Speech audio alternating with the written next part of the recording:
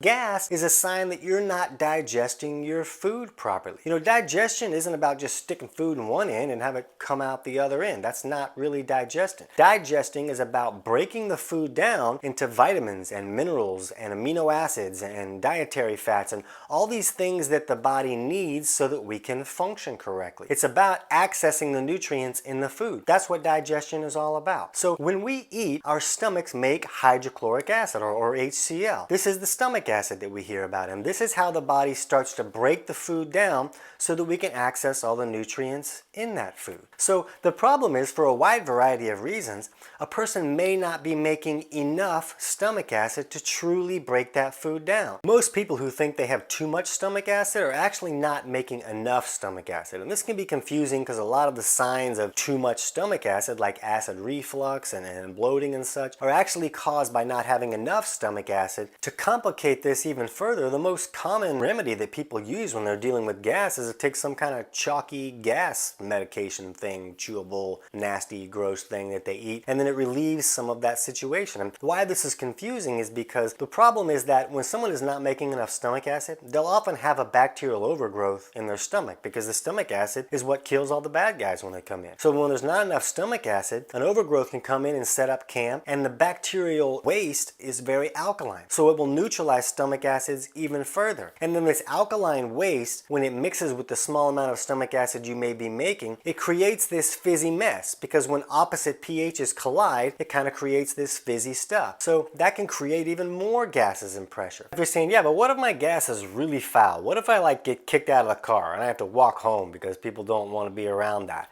And when that's the case, there's usually another problem involved as well. Because once the food is properly acidified in the stomach, it leaves the stomach and goes into the duodenum, where the gallbladder squirts bile down to neutralize those acids. And bile is a soapy substance that's made by the liver, and it helps us fully break that food apart so we can get all the nutrients out. It helps us emulsify our fats better.